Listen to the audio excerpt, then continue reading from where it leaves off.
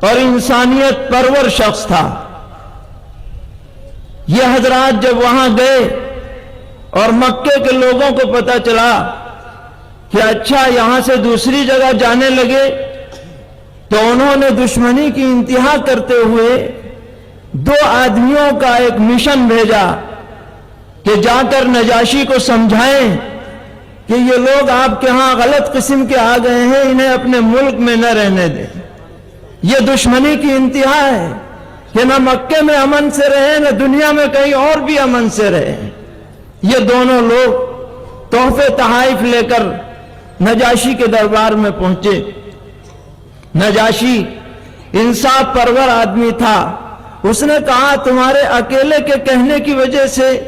میں اپنے ہاں آنے والوں کو نکال دوں، یہ نہیں ہو سکتا، پہلے ان سے تحقیق کی جائے گی کیا وجہ ہے، کیوں وہ لوگ آئے۔ چنانچہ انہوں نے مسلمانوں کے پاس پیغام بھیجا کہ آ کر گفتگو کریں۔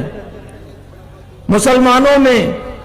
سیدنا حضرت جعفر طیار رضی اللہ تعالی عنہ بھی تھے، سب نے ان کو اپنا نمائندہ بنایا کہ تم جا کر بادشاہ کے سامنے گفتگو کرو۔ چنانچہ وہ آئے، گفتگو شروع ہوئی۔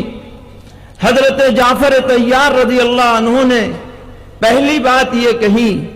کہ آپ ان لوگوں سے 3 سوالات کیجئے۔ پہلا سوال یہ ہے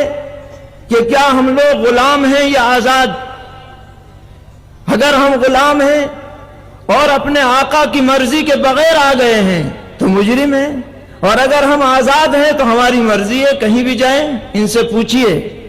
پوچھا گیا، کہا کہ نہیں غلام تو نہیں ہے۔ دوسرا جواب ان سے یہ لیجئے کہ کیا ہم نے کسی کا قتل کیا ہے جو ہم بھاگ کر کے آ گئے؟ پوچھا گیا، جواب ملا کہ نہیں انہوں نے قتل بھی نہیں کیا۔ تیسرا ان سے جواب یہ لیجئے کہ کیا ہم نے کسی کا مال چرایا ہے، چرا کر آ گئے، کیا ہم چور ہیں؟ جواب ملا کہ نہیں چور بھی نہیں ہے۔ تو پھر کیا بات ہے، تم انہیں کیوں یہاں سے نکلوانا چاہتے ہو؟ تو انہوں نے کہا کہ بات یہ ہے کہ یہ ہمارے مذہب کو چھوڑ کر دوسرا مذہب انہوں نے اختیار کر لیا، بددین ہو گئے، اس لیے ہم انہیں واپس کرانا چاہتے ہیں۔ تو حضرت جعفر طیار رضی اللہ تعالی عنہ، اللہ تعالیٰ ان کی قبر کو نور سے منور فرمائے، انہوں نے اس زمانے میں اسلام کے جن محاسن کا تذکرہ نجاشی کے دربار میں کیا تھا، قیامت تک وہ سنہرے حروف سے وہ الفاظ لکھے جاتے رہیں گے۔ انہوں نے فرمایا کہ جناب بادشاہ، ہم لوگ اپنے ہاتھوں سے بت بنا کر ان کو پوجا کرتے تھے، ہم لوگ آپس میں ایک دوسرے کے خون کے پیاسے تھے، ہمارے ہاں بے عزتی تھی، بے حیائی تھی، بے غیرتی تھی،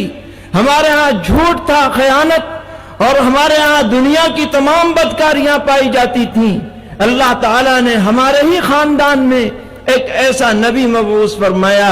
جس کی صدق، جس کی سچائی، جس کی امانت کا ہم نے 40 سال تک اپنی آنکھوں سے مشاہدہ کیا۔ انہوں نے ہمیں توحید کی تعلیم دی، انہوں نے ہمیں امانت کی تعلیم دی،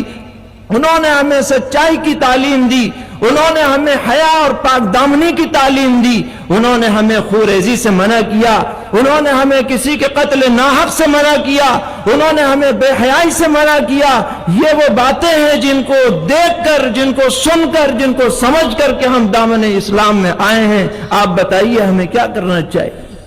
نجاشی نے کہا کہ یہ تو بڑی انسانیت نوازی کی باتیں ہیں، میں ایسے لوگوں کو ہرگز اپنے ملک سے باہر نہیں ہونے دوں گا، ان کا تو رہنا ہمارے لیے موجب سعادت ہے، یہ تمہارے کہنے میں آ کر انہیں نکال نہیں سکتا۔ میرے بھائیوں، اسلام کے محاسن کے لیے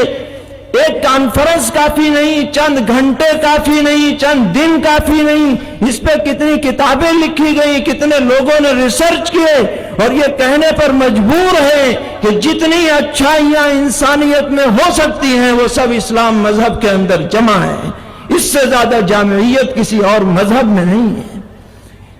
آج کی اس کانفرنس کے حوالے سے ہمیں دوسروں تک بھی یہ پیغام پہنچانا ہے کہ اسلام کو کوئی آدمی اپنے سے اجنبی نہ سمجھے، اپنا مخالف نہ سمجھے، اسلام تمام عالم کے لیے رحمت بن کر کے آیا ہے، قیامت تک یہی راستہ ہے جو رحمت کا راستہ دکھلاتا رہے گا۔ اس کے بعد آخری بات جو مجھے عرض کرنی ہے وہ یہ ہے